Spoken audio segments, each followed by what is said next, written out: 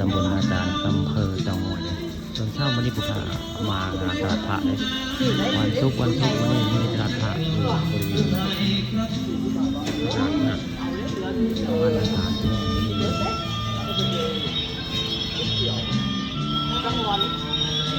วันศุกร์มีตลาดพระทุกวันนะวันอาทิตย์แล้วก็วันศุกร์นะมีเครื่องรางของขลังเนาะจะมาปล่อยมาขายมาเล่นมาเปลี่ยนได้อยู่บริเวณหน้าปูตาบ้านนาจารย์ตำบลนาจารย์อำเภอจังหวัดใครจะได้พระเรียนรุ่นนั้นรุ่นนี้ก็มาซื้อมาขายมาแลกมาเปลี่ยนมีเท่าเงินเหรียญบาทมีเหรียญบาทตะกี้ก็มีได้พี่น้องเหรียญบาทเหรียญบาทมีเหรียญบาทนี่พระเจ้าก็มาปล่อยมาขายแล้ว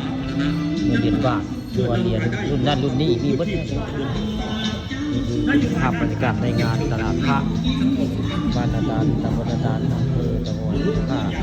บัตรราคาประจำก็ได้มีโอกาสเอาภาพในงานตลาดพระมาให้เบิ่งได้เจอร้านของทางกันมาได้พี่น้องเฉพาะวันอาทิตย์และวันศุกร์นั้นมีเซียนพระเพิ่นมาแจ้งมาเปลี่ยนมาขายมาทุกวันอาทิตย์และก็วันศุกร์เจ้าสิมาถ้าทำเป็นก็เลยของภาพบรรยากาศในงานแล้วก็มีห้องน้ำห้องส้วมครบเลยห้องสุขาเป็นห้องสถานที่จะแบบกว้างขวางได้